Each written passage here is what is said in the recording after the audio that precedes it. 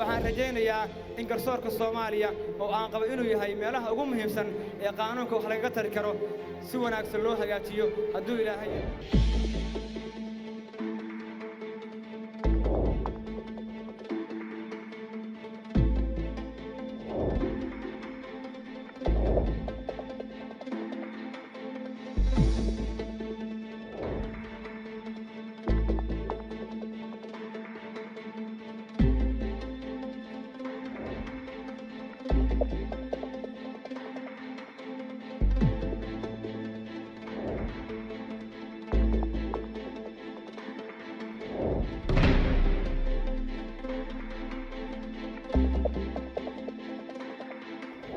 jaamacaddan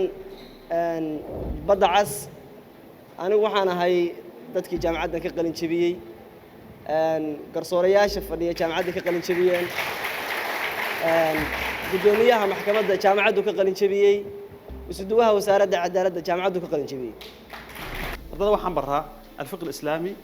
fiqiga iyo usuushiisa waxaan baraa qaanuunkaan baraa qaanuunka ha noqdo qaanuunka caalamiga ah oo adduunka mataqaanaa ka shaqeeya ama qaanuunka waddanka ha noqdo marka qofku wuxuu qaadanayaa laba daraas wada socota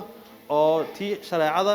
iyo daraasaadka islaamiga ahaa iyo tii qaanuunka labada markuu barto waxaa runtii uu ka farso badan in badan ardayga hal mid barta ama qaanuun kale barta ama sharci kale barta sababtoo daraasa muqaaran wada socota weeye oo ardayga u suurtagelinaysa inuu fahmo nolosha aan ku noolnahay iyo si ay u socoto uu fahmana diintiisa aan u fahmo taasna marka ka duwan tahay qofkii barta waxaa dhashaada sharaf waa shahaado dadka inta badan aan helin waan ku jecelnahay in ardaydeena ay ku noqdaan waxay gooni leeyihiin gaarna uga socotay jaamacadda